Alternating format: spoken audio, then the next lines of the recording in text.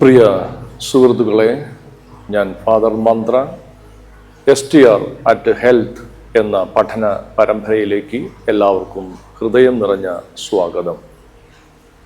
മനുഷ്യൻ ഇന്ന് അറിവിൻ്റെ പുതിയ ഉയരങ്ങളിലെത്തിയിരിക്കുന്നു. സാങ്കേതിക വിദ്യയിലും വൈദ്യശാസ്ത്രത്തിലും അഭൂതപൂർവമായ പുരോഗതി കൈവരിച്ചിരിക്കുന്നു. സമ്പത്തും സൗകര്യങ്ങളും വർദ്ധിച്ചിരിക്കുന്നു. എന്നാൽ ഈ എല്ലാ നേട്ടങ്ങൾക്കിടയിലും മനുഷ്യൻ പതുക്കെ നഷ്ടപ്പെടുത്തിക്കൊണ്ടിരിക്കുന്ന ഒരു അമൂല്യമായ യാഥാർത്ഥ്യമുണ്ട്. അത് ജീവിതത്തിൻ്റെ ജൈവ താളമാണ്. ഇതൊരു കാവ്യ പ്രയോഗമല്ല. ആധുനിക ജീവശാസ്ത്രവും ഉറക്കശാസ്ത്രവും ഗൗരവത്തോടെ ചർച്ച ചെയ്യുന്ന ഒരു ശാസ്ത്രീയ യാഥാർത്ഥ്യമാണ്. ഇന്നത്തെ കാലഘട്ടത്തിൽ നിശബ്ദമായി വ്യാപിച്ചുകൊണ്ടിരിക്കുന്ന ഏറ്റവും വലിയ ആരോഗ്യ പ്രശ്നങ്ങളിൽ ഒന്നാണ് ഈ സ്വാഭാവിക ജൈവതാളം ക്രമേണ നഷ്ടപ്പെടുന്നത്.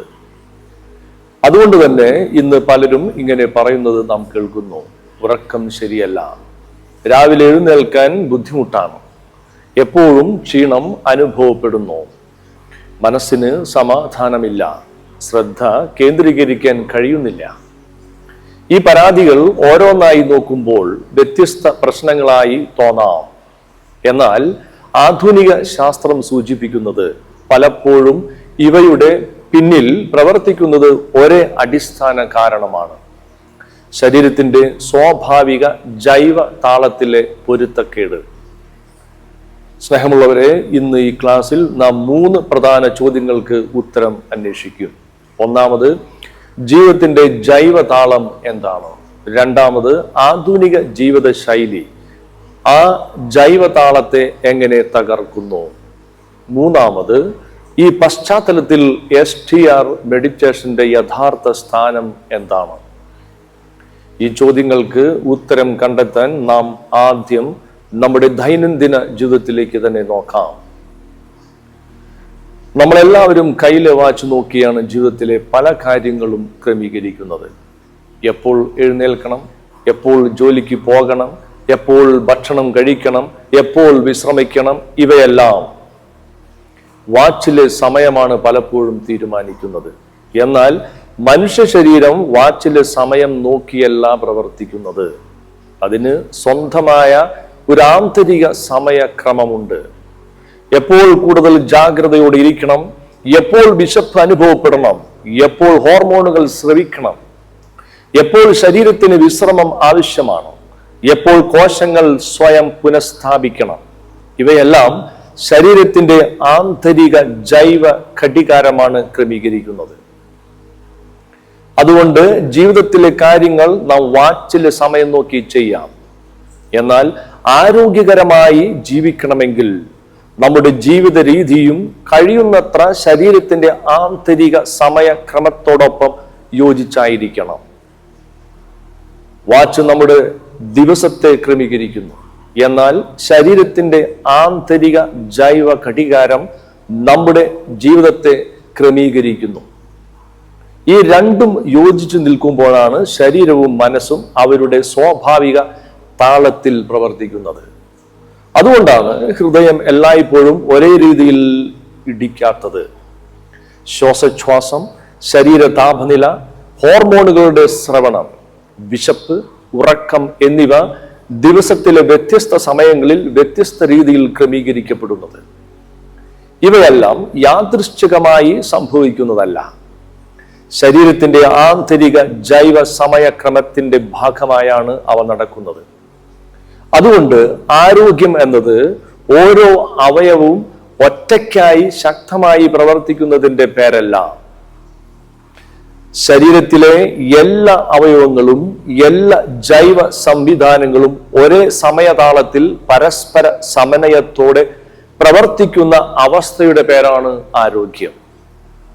ഇവിടെയാണ് അടുത്ത പ്രധാന ചോദ്യം ഉയരുന്നത്: ഈ അത്ഭുതകരമായ ജൈവ സമയതാളം ശരീരം എങ്ങനെ നിലനിർത്തുന്നു? ഈ ചോദ്യത്തിനുള്ള ഉത്തരമാണ് ആധുനിക ക്രോണോബയോളജിയുടെ ഏറ്റവും പ്രധാനപ്പെട്ട കണ്ടെത്തലുകളിൽ ഒന്ന്. ക്രോണോബയോളജി എന്നത് ജീവജാലങ്ങളിലെ സമയം, ജൈവതാളങ്ങൾ, അവ ശരീരത്തിന്റെ പ്രവർത്തനങ്ങളെ എങ്ങനെ നിയന്ത്രിക്കുന്നു എന്നിവയെക്കുറിച്ച് പഠിക്കുന്ന ശാസ്ത്രശാഖയാണ്. ലളിതമായി പറഞ്ഞാൽ ജീവിതത്തിനും സമയത്തിനുമിടയിലെ ബന്ധത്തെ പഠിക്കുന്ന ശാസ്ത്രം എന്നാണ് ക്രോണോബയോളജിയുടെ അർത്ഥം. മനുഷ്യ ശരീരത്തില് ഒരു ജൈവ ഘടികാരം മാത്രമല്ല ഉള്ളത്, അനേകം ജൈവ ഘടികാരങ്ങളുണ്ട്. അതായത് ശരീരത്തിലെ വിവിധ അവയവങ്ങൾക്കും കോശങ്ങൾക്കും അവയുടെ പ്രവർത്തനങ്ങളെ നിയന്ത്രിക്കുന്ന സ്വന്തം സമയക്രമമുണ്ട്. കരളിന് സ്വന്തം സമയക്രമമുണ്ട്, കുടലിന് സ്വന്തം സമയക്രമമുണ്ട്, പാൻക്രിയാസിന് സ്വന്തം സമയക്രമമുണ്ട്, പ്രതിരോധ കോശങ്ങൾക്കും സ്വന്തം സമയക്രമമുണ്ട്. അതുമാത്രമല്ല, ശരീരത്തിലെ മിക്ക കോശങ്ങൾക്കും അവയുടെ പ്രവർത്തനങ്ങളെ സമയബന്ധിതമായി നിയന്ത്രിക്കുന്ന ജൈവ ഘടികാരങ്ങളുണ്ട്.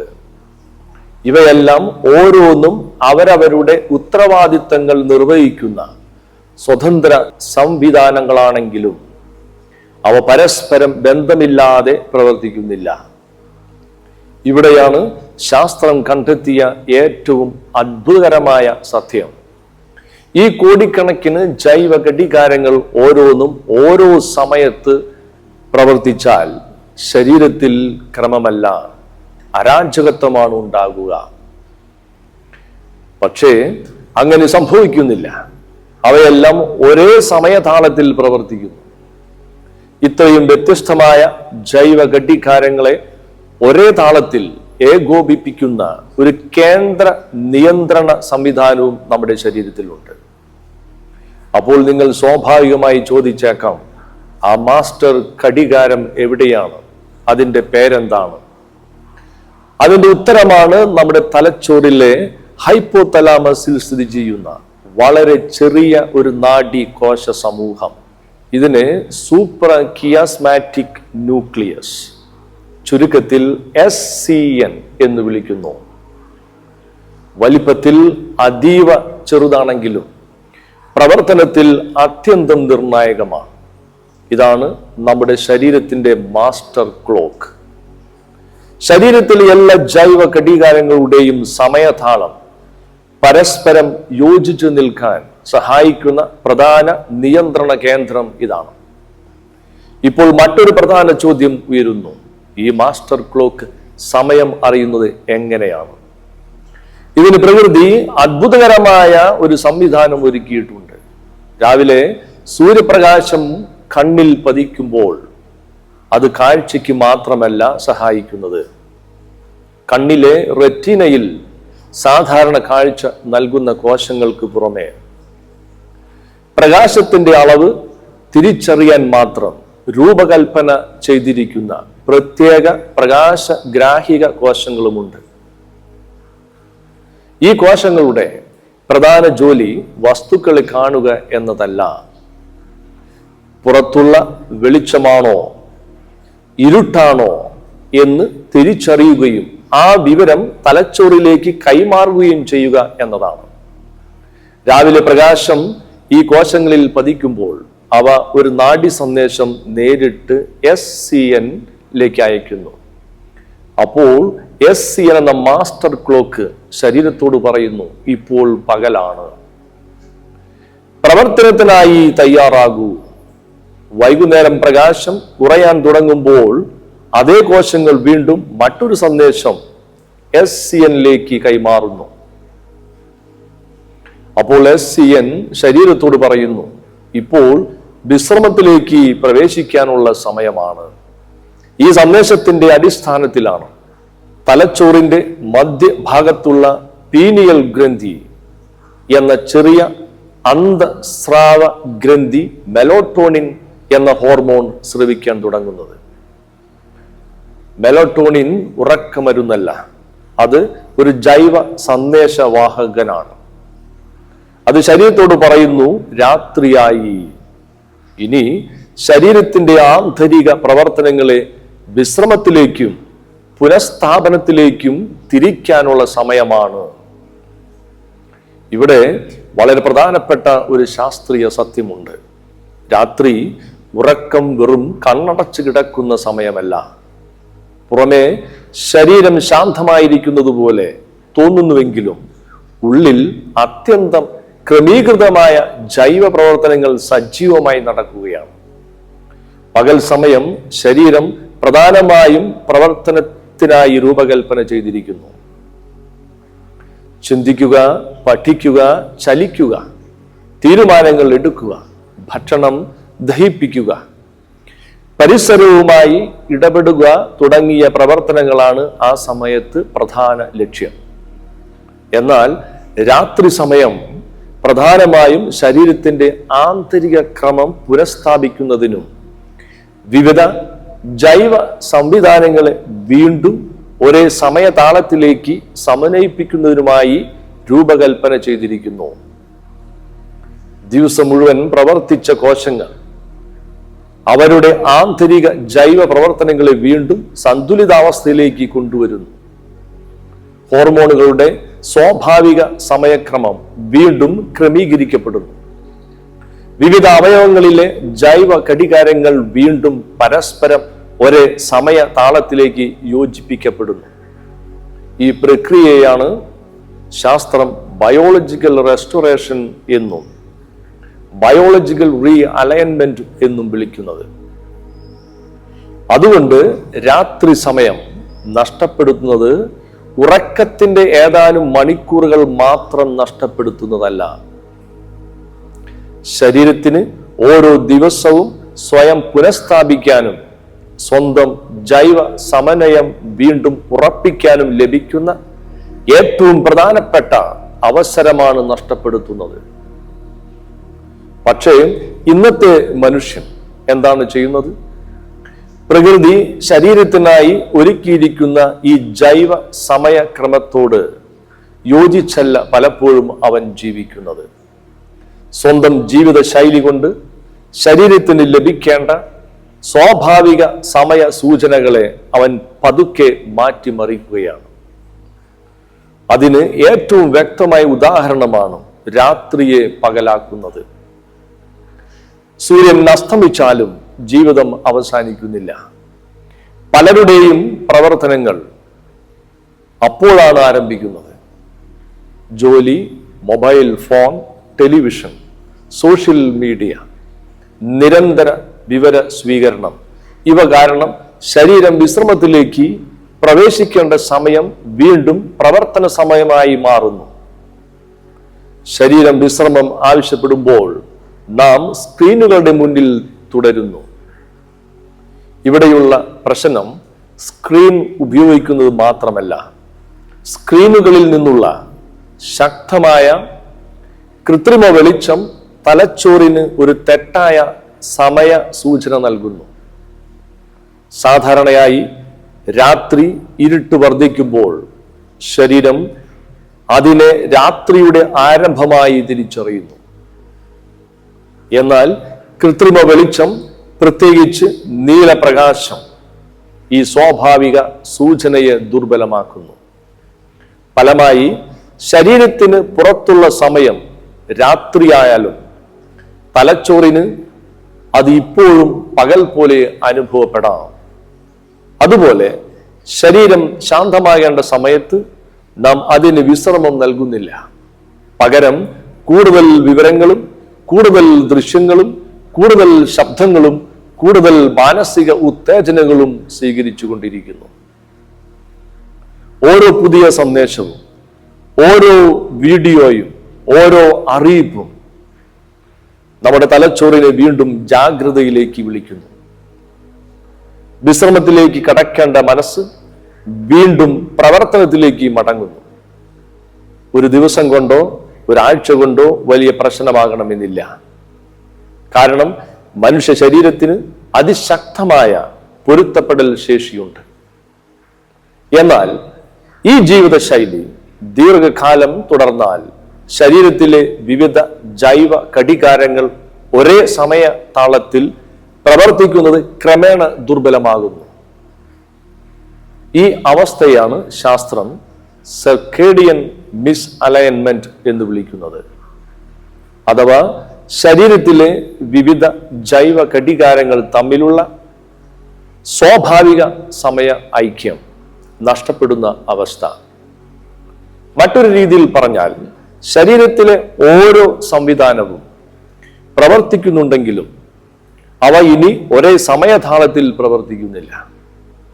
അവയുടെ ജൈവ സമന്വയം ക്രമേണ തകരാൻ തുടങ്ങുന്നു. ഈ പൊരുത്തക്കേട് ആദ്യം പ്രകടമാകുന്നത് നമ്മുടെ മനസ്സിലാണ്. കാരണം തലച്ചോറ് ശരീരത്തിലെ വിവിധ ജൈവ സംവിധാനങ്ങളുടെ പ്രവർത്തനങ്ങളെ ഏകോപിപ്പിക്കുന്ന പ്രധാന നിയന്ത്രണ കേന്ദ്രമാണ്. ജൈവതാളം തെറ്റുമ്പോൾ ആദ്യം ബാധിക്കപ്പെടുന്നത് ശ്രദ്ധയും ചിന്തയും വികാര നിയന്ത്രണവുമാണ്. അതിനാൽ ആദ്യം നാം അനുഭവിക്കുന്നത് മാനസിക മാറ്റങ്ങളായിരിക്കും. ശ്രദ്ധ കുറയുന്നു. ഒരേ കാര്യത്തിൽ ദീർഘനേരം ശ്രദ്ധ കേന്ദ്രീകരിക്കാൻ ബുദ്ധിമുട്ട് അനുഭവപ്പെടുന്നു. ഓർമ്മ ക്ഷയിക്കുന്നു. പുതിയ വിവരങ്ങൾ ക്രമപ്പെടുത്താനും ആവശ്യ സമയത്ത് ഓർമ്മയിൽ നിന്ന് തിരിച്ചെടുക്കാനും കൂടുതൽ പ്രയാസമാകുന്നു. ക്ഷമ കുറയുന്നു. ചെറിയ കാലതാമസങ്ങളോ ചെറിയ ബുദ്ധിമുട്ടുകളോ പോലും സഹിച്ചു നിൽക്കാനുള്ള മാനസിക ശേഷി കുറയുന്നു. അസഹിഷ്ണുത വർദ്ധിക്കുന്നു. ചെറിയ കാര്യങ്ങൾ പോലും വലിയ സമ്മർദ്ദമായി അനുഭവപ്പെടുന്നു. മുമ്പ് നിസ്സാരമായി കൈകാര്യം ചെയ്തിരുന്ന സാഹചര്യങ്ങൾ ഇപ്പോൾ അമിതമായ മാനസിക ഭാരമായി തോന്നുന്നു. കാരണം ശരീരവും മനസ്സും ഇതിനകം തന്നെ തുടർച്ചയായ ജൈവവും മാനസികവുമായ സമ്മർദ്ദത്തിൽ പ്രവർത്തിക്കുകയാണ്. പിന്നീട് ശരീരവും പ്രതികരിക്കാൻ തുടങ്ങുന്നു. ഇതൊരു ദിവസം കൊണ്ടോ ഒരാഴ്ച കൊണ്ടോ സംഭവിക്കുന്നതല്ല. ജൈവതാളത്തിലെ ഈ വ്യതിയാനം ദീർഘകാലം തുടർന്നാൽ ശരീരത്തിലെ ഹോർമോണുകളുടെ പ്രവർത്തനവും ഭക്ഷണത്തെ ഊർജമാക്കി മാറ്റുന്ന ശരീരത്തിന്റെ സ്വാഭാവിക പ്രവർത്തനങ്ങളും രോഗപ്രതിരോധ സംവിധാനവും ക്രമേണ ബാധിക്കപ്പെടാം. അതിന്റെ ഫലമായി പ്രമേഹം, അമിതവണ്ണം, ഉയർന്ന രക്തസമ്മർദ്ദം, ഹൃദ്രോഗം, രോഗപ്രതിരോധ ശേഷിയിലെ കുറവ് തുടങ്ങിയ അവസ്ഥകളുടെ സാധ്യത വർദ്ധിക്കുന്നതായി നിരവധി ശാസ്ത്രീയ പഠനങ്ങൾ കാണിക്കുന്നു. എന്നാൽ മറ്റൊരു കാര്യം കൂടി സംഭവിക്കുന്നു. പുറമേ ശരീരം ക്ഷീണിതമാണെന്ന് തോന്നിയാലും ഉള്ളിൽ മനസ്സ് ഇപ്പോഴും പ്രവർത്തിച്ചു കൊണ്ടിരിക്കുന്നു. അതുകൊണ്ട് തന്നെ പലപ്പോഴും നമ്മുടെ ഏറ്റവും വലിയ പ്രശ്നം ഉറക്കക്കുറവല്ല, ഉണർന്നിരിക്കുന്ന സമയത്തെ മാനസിക അസമന്വയമാണ്. അതിന്റെ അർത്ഥം മനസ്സ് സ്വാഭാവികമായ ക്രമവും ദിശയും നഷ്ടപ്പെടുത്തി നിരന്തരം ഒരു ചിന്തയിൽ നിന്ന് മറ്റൊന്നിലേക്ക് ചാടിക്കൊണ്ടിരിക്കുന്ന അവസ്ഥയാണ്. ഇന്നത്തെ മനുഷ്യൻ ശരീരത്തെക്കാൾ കൂടുതൽ മനസ്സിനെ ക്ഷീണിപ്പിച്ചാണ് ജീവിക്കുന്നത്. ശരീരത്തിന്റെ ശാരീരിക പ്രവർത്തനത്തെക്കാൾ തുടർച്ചയായ മാനസിക പ്രവർത്തനമാണ് അവന്റെ ഊർജം കൂടുതലായി ചെലവഴിക്കുന്നത്. നിരന്തരമായ ഉത്കണ്ഠ, നിരന്തരമായ താരതമ്യം, നിരന്തരമായ പ്രതികരണം, ഇവയെല്ലാം തലച്ചോറിനെ ദീർഘനേരം ജാഗ്രത അവസ്ഥയിൽ നിലനിർത്തുന്നു. ഈ മാനസിക അശാന്തി രാത്രിയിലും തുടരുന്നു. ശരീരം വിശ്രമത്തിനായി തയ്യാറാകുമ്പോഴും മനസ്സ് ഇപ്പോഴും പ്രശ്നങ്ങൾ പരിഹരിക്കാനും ഭാവിയെക്കുറിച്ച് ചിന്തിക്കാനും പഴയ അനുഭവങ്ങൾ ആവർത്തിക്കാനും ശ്രമിച്ചുകൊണ്ടിരിക്കുന്നു. അതുകൊണ്ട് ശരീരത്തിന് വിശ്രമിക്കണമെങ്കിലും മനസ്സ് വിശ്രമിക്കാൻ തയ്യാറാകുന്നില്ല. പുറമേ നാം കിടക്കയിൽ കിടക്കുന്നുണ്ടാകാം, എന്നാൽ ഉള്ളിൽ തലച്ചോർ ഇപ്പോഴും പ്രവർത്തന സമയം അവസാനിച്ചിട്ടില്ല എന്ന അവസ്ഥയിൽ തുടർന്നുകൊണ്ടിരിക്കുന്നു. ഇവിടെയാണ് ശാന്തമായ ഉറക്കത്തിലേക്കുള്ള പ്രവേശനം ദുഷ്കരമാകുന്നത്. സ്നേഹമുള്ളവരെ, ഇവിടെയാണ് STR മെഡിറ്റേഷന്റെ പ്രസക്തി. STR മെഡിറ്റേഷൻ ഉറക്കത്തിന്റെ പകരക്കാരനല്ല, ജൈവ ഘടികാരത്തിന്റെ പകരക്കാരനുമല്ല. ശരീരത്തിന്റെ സ്വാഭാവിക ജൈവ പ്രവർത്തനങ്ങളെ അത് മാറ്റി സ്ഥാപിക്കുന്നില്ല. എന്നാൽ അത് മനസ്സിനെ വീണ്ടും അതിന്റെ സ്വാഭാവിക ക്രമത്തിലേക്ക് പരിശീലിപ്പിക്കുന്നു. അതിന്റെ അർത്ഥം മനസ്സ് നിരന്തരം ചിതറുകയോ ഓരോ നിമിഷവും പുതിയ ചിന്തകളിലേക്കും ആശങ്കകളിലേക്കും പ്രതികരണങ്ങളിലേക്കും ഒഴുകിപ്പോകുകയും ചെയ്യുന്ന സ്വഭാവത്തിൽ നിന്ന് വീണ്ടും ഒരു കേന്ദ്രത്തിലേക്ക് മടങ്ങി വരാൻ പഠിപ്പിക്കുന്നു എന്നതാണ്. ചിന്തകളെയെല്ലാം ഇല്ലാതാക്കുകയല്ല ലക്ഷ്യം. ചിന്തകൾ മനസ്സിനെ നിയന്ത്രിക്കാതെ മനസ്സിന്റെ ശ്രദ്ധയെ ബോധപൂർവം നയിക്കാൻ പഠിപ്പിക്കുന്നതാണ് ഈ പരിശീലനം.